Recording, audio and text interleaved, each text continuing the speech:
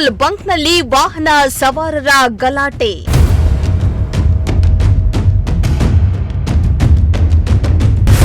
ಕ್ಯಾನ್ಗಳಿಗೆ petrol diesel ಹಾಕುವಂತೆ ಜಗಳ.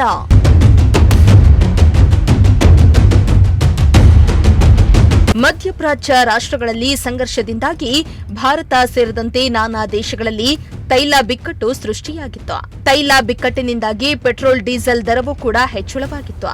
ಈ ನಡುವೆ ಸರ್ಕಾರ ಬಾಟಲ್ ಕ್ಯಾನ್ಗಳಲ್ಲಿ ಪೆಟ್ರೋಲ್ ಡೀಸೆಲ್ ಮಾರಾಟಕ್ಕೆ ಬ್ರೇಕ್ ಹಾಕಿ ಆದೇಶವನ್ನ ನೀಡಿತು.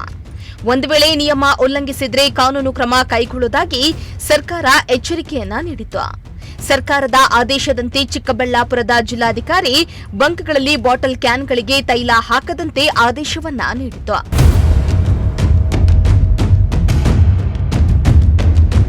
ಇನ್ನು ಚಿಕ್ಕಬಳ್ಳಾಪುರ ಜಿಲ್ಲೆಯ ಬಹುತೇಕ ಬಂಕ್ಗಳಲ್ಲಿ ಡಿಸಿ ಆದೇಶವನ್ನ ಕಟ್ಟುನಿಟ್ಟಾಗಿ ಪಾಲನೆ ಮಾಡ್ತಾ ಇದ್ದು ಕ್ಯಾನ್ಗಳಿಗೆ ಪೆಟ್ರೋಲ್ ಅನ್ನ ಹಾಕಲಿಲ್ಲ. ಹೀಗಾಗಿ ವಾಹನ ಸವಾರರು ಗಲಾಟೆ ಮಾಡಿರುವ ಘಟನೆ ಚಿಕ್ಕಬಳ್ಳಾಪುರದ ನೀಮಕಲಕುಂಟೆ ಬಳಿಯ ಎಚ್ಪಿ ಪೆಟ್ರೋಲ್ ಬಂಕ್ನಲ್ಲಿ ನಡೆದಿದೆ. ಹೌದು, ಪೆಟ್ರೋಲ್ ಡೀಸೆಲ್ ಅನ್ನ ಬಾಟಲ್ ಹಾಗೂ ಕ್ಯಾನ್ನಲ್ಲಿ ಹಾಕುವಂತೆ ವಾಹನ ಸವಾರರು ಹಾಗೂ ಸಾರ್ವಜನಿಕರು ಪಟ್ಟು ಹಿಡಿದಿದ್ರು.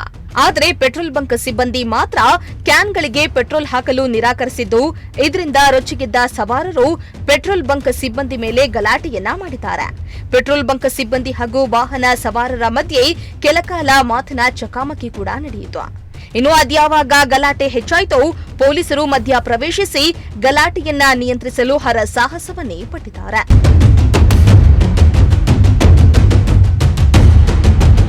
ನಾವು ಟ್ರ್ಯಾಕ್ಟರ್, ಟಿಲ್ಲರ್ ತಂದು ಬಂಕ್ನಲ್ಲಿ ಡೀಸೆಲ್ ಹಾಕಿಸಬೇಕು ಅಂದ್ರೆ ಹೇಗಾಗತ್ತೆ?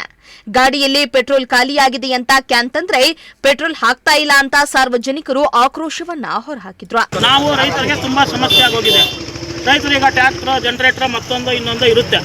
1 ಲೀಟರ್ 2 ಲೀಟರ್ ಡೀಸೆಲ್ ಬೇಕೇ ಬೇಕಾಗುತ್ತೆ. ಡೀಸೆಲ್ ಆಗ್ತಾ ಇಲ್ಲ. ಈಗ ನಮ್ದೊಂದು ಗಾಡಿ ನಿಂತೋಗಿದೆ. ನಾವು ಈ ಬಂಕ್ ಓಪನ್ ಆದಾಗಿಂದ ಡೀಸೆಲ್ ಇಲ್ಲೇ ಹಾಕ್ಸ್ತಾ ಇದೀವಿ. ಗಾಡಿಗೆ ಡೀಸೆಲ್ ಕೇಳಿದ್ರೆ ಅವರು ಡೀಸೆಲ್ ಹಾಕಲಿಲ್ಲ. ಅದಕ್ಕೆ ನಮಗೆ ಕಂಪಲ್ಸರಿ ಡೀಸೆಲ್ ಹಾಕಲೇಬೇಕು. ರೈತರು ಟ್ರ್ಯಾಕ್ಟರ್ಗೆ ಇನ್ನೊಂದಕ್ಕೆ ಮತ್ತೊಂದಕ್ಕೆ ಕ್ಯಾನ್ಗೆ ಡೀಸೆಲ್ ಕೊಡಲೇಬೇಕು ಅಂತ ನಾವು ಇಲ್ಲಿ ಮುಷ್ಕರ ಮಾಡ್ತಾ ಇದ್ದೀವಿ ಸರ್.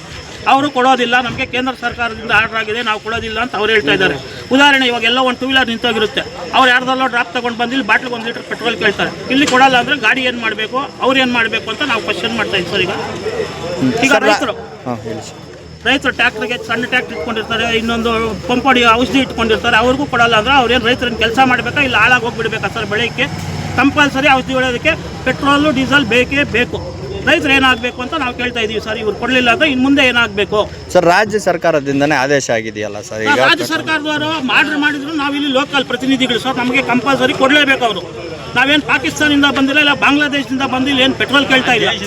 ನಾವು ಇಲ್ಲಿ ಹುಟ್ಟಿ ಇಲ್ಲಿ ಬೆಳೆದಿರೋರು ನಮ್ಮ ಲೋಕಲ್ ಅವ್ರಿಗೆ ಕೊಡಲೇಬೇಕು. ಅವರು ಕೊಡಲಿಲ್ಲ ಅಂದರೆ ಮುಂದಿನ ದಿನಗಳಲ್ಲಿ ಮೈನ್ ರೋಡ್ ಬಂದ್ ಮಾಡಿ ಧರಣಿ ಮಾಡ್ತೀವಿ.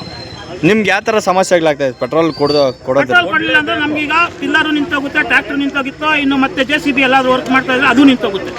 ರೈತರಿಗೆ ತುಂಬ ಸಮಸ್ಯೆ ಆಗುತ್ತಿಲ್ಲ. ಶಾಲಾ ಮಕ್ಕಳು ಕರ್ಕೊಂಡು ಬರಬೇಕು, ಕೆಲವು ಪೆಟ್ರೋಲ್ ಆಗೋಗಿರುತ್ತೆ. ಆವಾಗ ಶಾಲಾ ಮಕ್ಕಳನ್ನಲ್ಲಿ ಬಿಟ್ಟು ಪೆಟ್ರೋಲ್ ಬಾಟ್ಲ್ ಎತ್ಕೊಂಡು ಬಂದರೆ ಕೊಡಲಿಲ್ಲ ಅಂದರೆ ಮಕ್ಕಳ ಹೊತ್ತು ಶಾಲೆಗೆ ಹೋಗೋ ಆಗಿಲ್ಲ. ಈಗ ರೈತರು ಹೂವು ಬ್ಯಾಗ್ ಎತ್ಕೊಂಡು ಗಾಡಿಯಲ್ಲಿ ಬಂದಿರ್ತಾರೆ, ಪೆಟ್ರೋಲ್ ಆಗೋಗಿರುತ್ತೆ. ಅದು ಬೆಳೆ ಬಿಸಿಗೆ ಹೂವು ಎಲ್ಲ ಬಾಡೋಗುತ್ತೆ. ಇವ್ರು ಪೆಟ್ರೋಲ್ ಕೊಡಲಿಲ್ಲ ಅಂದರೆ ಅದು ಹೂವು ಅಲ್ಲೇ ಸ್ಟಾಪ್ ಆಗೋಗುತ್ತೆ. ರೈತರಿಗೆ ತುಂಬ ಇದು ಸಮಸ್ಯೆ ಆಗಿದೆ.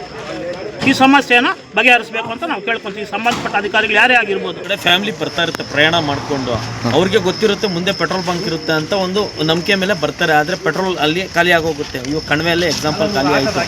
ಫ್ಯಾಮಿಲಿ ಎಲ್ಲ ಇರ್ತಾರೆ, ಅವ್ರು ಬಾಟ್ಲಲ್ಲಿ ಹಾಕಲ್ಲ ಅಂದರೆ ಅವ್ರ ಫ್ಯಾಮಿಲಿ ಗತಿ ಏನಾಗುತ್ತೆ? ರಸ್ತೆಯಲ್ಲಿ ನಿಂತ್ಕೊಳ್ಳೋ ಅವ್ರ ಗತಿ.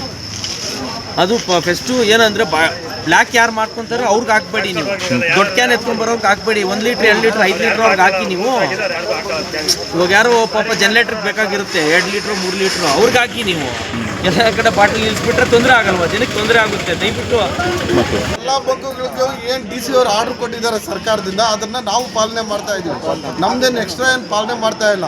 ಬಾಟ್ಲಿಗೆ ಹಾಕ್ಬಾರ್ದು, ಕ್ಯಾನ್ಗೆ ಹಾಕ್ಬಾರ್ದು ಅಂತ ರೂಲ್ಸ್ ಮಾಡಿದ್ದಾರೆ, ಆದೇಶ ಮಾಡಿದ್ದಾರೆ ಸರ್ಕಾರದಿಂದ.